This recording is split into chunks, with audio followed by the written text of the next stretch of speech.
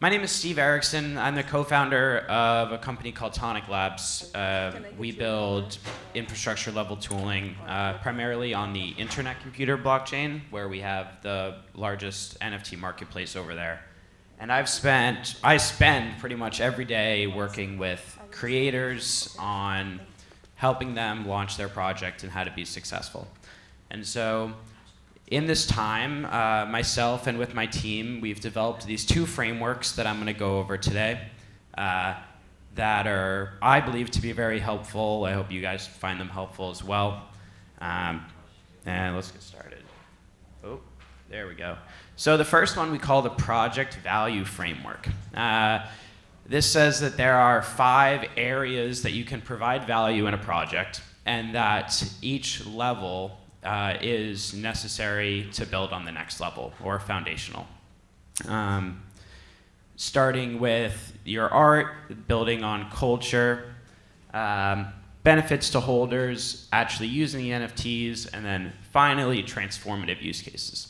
There are, of course, exceptions to this, as there are with anything, but for the most part, you'll find that strong projects have done a great job building value in this way. And then the second framework I'm going to go over is the pillars of utility. We kind of tried to tackle this because utility is my least favorite word in the NFT space. It's overused, it's misused, it's annoying, and I hate it. So we tried to figure out what it actually means. And so these pillars, any utility that an NFT project has will fall into one of these pillars. If you can think of a type of utility that falls into something else, please let me know, and you win something, because I've gotten nothing. So it starts with culture. Culture being, digital identity. It's what you identify with. A lot of us use these as our profile pictures, and so culture is often overlooked as a type of utility, but it's one of the most foundational and important. Then you have ownership. If you're here today, you probably understand the idea of digital ownership and what true digital ownership means in the NFT space. And so I'll move on to gifts. Gifts, airdrops, when, swag. Gifts, when you have an ownership standard, a standard way of verifying ownership, you get this standard way of giving out rewards. And so gifts, again, are probably one of the more popular methods that we've seen of providing utility or value to holders as well. Verification.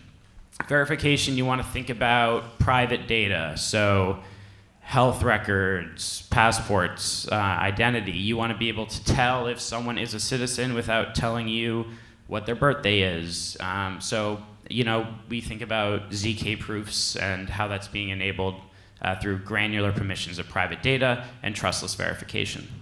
Access. So now we're talking about, the most popular, you'll see like gated discords, communities, in real life events. If you got the ticket to this with the NFT, access is just another massive way we've seen. And then lastly, privilege.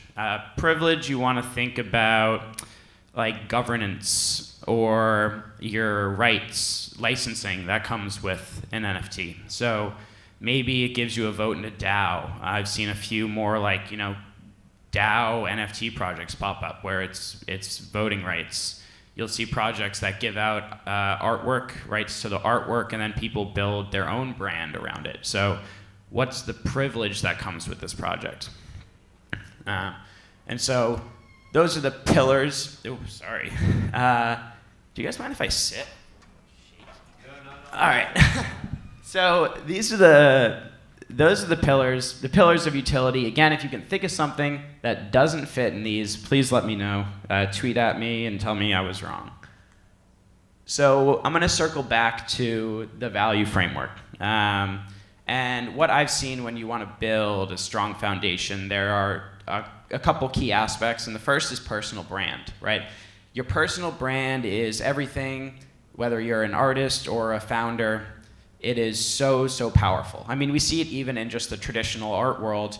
artists build their personal brand. That is how they become successful, and it's no different in Web3. And you'll notice that even if the artist isn't known in a project, the next best thing is to have a known founder. I mean, you look at, Sappy Seals or D-Gods, like Wab and Frank are out there every day, and people know who they are. And that's just incredibly important in building this strong foundation there. And then the second is the narrative at the art level. Art tells a story, right? Strong art will tell a story, it tells a narrative. And that, then, you build on top of that with your beliefs, values, and the tone of the community. So again, you're building on each level.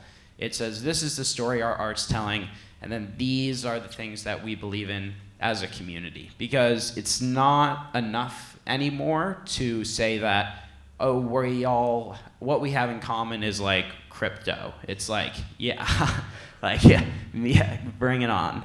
And so finding something else that you believe in and that unites you is really how you build this strong foundation. And then from there, you can start looking at providing additional value. And so with these areas, you want to start thinking about those other 5 pillars of utility. Culture being at the foundation, then you have those other 5, right? And so you start thinking about, how does my NFT provide benefits to holders? This could be airdrops, it could be access, so gifts, ownership, privilege, and then you keep building on that. NFTs you can use, so this is literally if you can use the NFT, if it's an actual comic book, maybe it's a website. We've had people that are minting entire applications as NFTs. And so, is it something you can actually use? And then lastly, transformative use cases. And so this is taking it to the next level, digital inventory systems, or what I have. Yeah, copyright, proof of attendance, identity tools.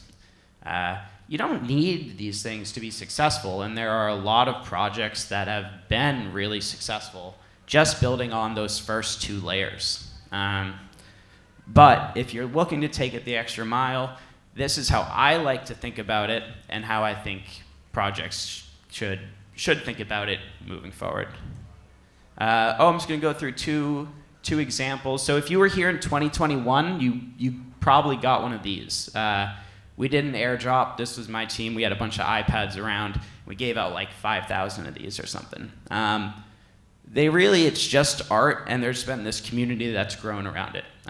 There's nothing else. No one expects anything else, and that's totally okay. By the way, if you have one of these right now, they're worth $300 or something, so you may have forgotten about it. And then here's an example of a project that takes it all the way to the top. Few and far between are able to do everything, but Royal's a good example. When you have the physical artwork plus music, and then you have a community of people that are building around a shared interest that's more than just crypto. You can assign, you could give airdrops or gifts, or the benefits can be custom based on the artist themselves and what their audience is doing. And then you can actually use it, you can listen to it yourself, and then you have working on transformative use cases, cutting out the middleman, rev share, copyright ownership. And so that is all I had for you guys today. I don't know how long I went for, but I don't know. You got a timer there. Oh, I didn't even notice it. All right, well, if you guys want a copy of these frameworks or something, you can just find me or tweet at me or talk to me after this. I'm happy to send it out to anyone. So thank you guys, appreciate it.